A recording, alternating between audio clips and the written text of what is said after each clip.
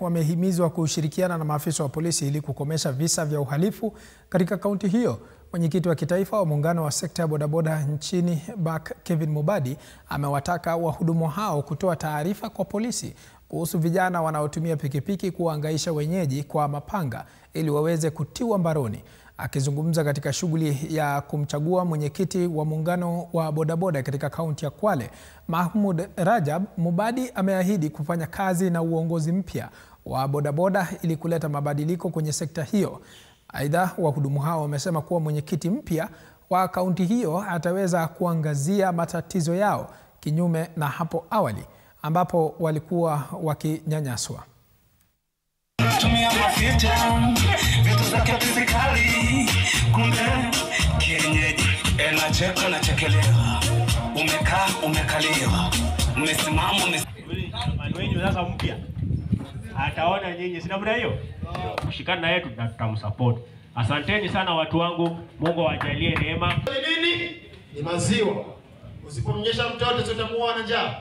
Amefichika sana kwa sababu yeye mwenyewe hakuwa uwazi kueleza bodaboda kinaendelea juu. Kwa pale beach area nimempata kwa bodaboda na bado yeye ni bodaboda na bado yeye ni kiongozi. Naivas mpaka hivi mimi sijasaidiwa na tafadhali tusaidie naye hapa Kwale tuweze kuinua bodaboda kwa Kwale. Amenuia radhi na amesema angekuwa hapa angetoa siri zote za ile driving school. Kukaribisha msanii wetu anayefahamika kama Vum Vum Master, macho kwenye stage. Mimi nimesema asanteni, tupataneni Jumamosi. Asante. Hawa viongozi wetu hawa wasijihusishe na yale magenge ambayo yako hapa, na ndio tukasikizana kwamba watumike kama chombo cha kuripoti.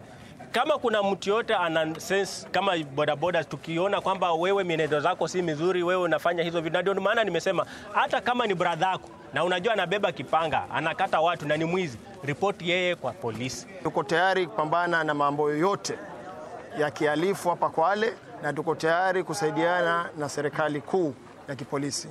Kwanza tunashukuru sana kwa uchaguzi wa leo, na bodaboda watarajie mengi kutoka kwetu kama viongozi wapya tulioshikilia saa hizi, na yale yaliyofanyika nyuma tunahakikisha kwamba watapata uwazi, watasikilizwa. Serikali tunaiomba kwamba hizi sako waekeze hizi sako zetu, kwa sababu tuwe na mfuko ambao utakuwa uko strong, kwa sababu sisi bodaboda kitu ambacho tutataka ni hii mfuko wetu uwe strong, na tukiwa strong tutakuwa tunajiandika kivizuri, na tukiwa na tatizo tutakuwa tunasaidiana, kwa sababu mfuko wetu utakuwa ni uko mzuri.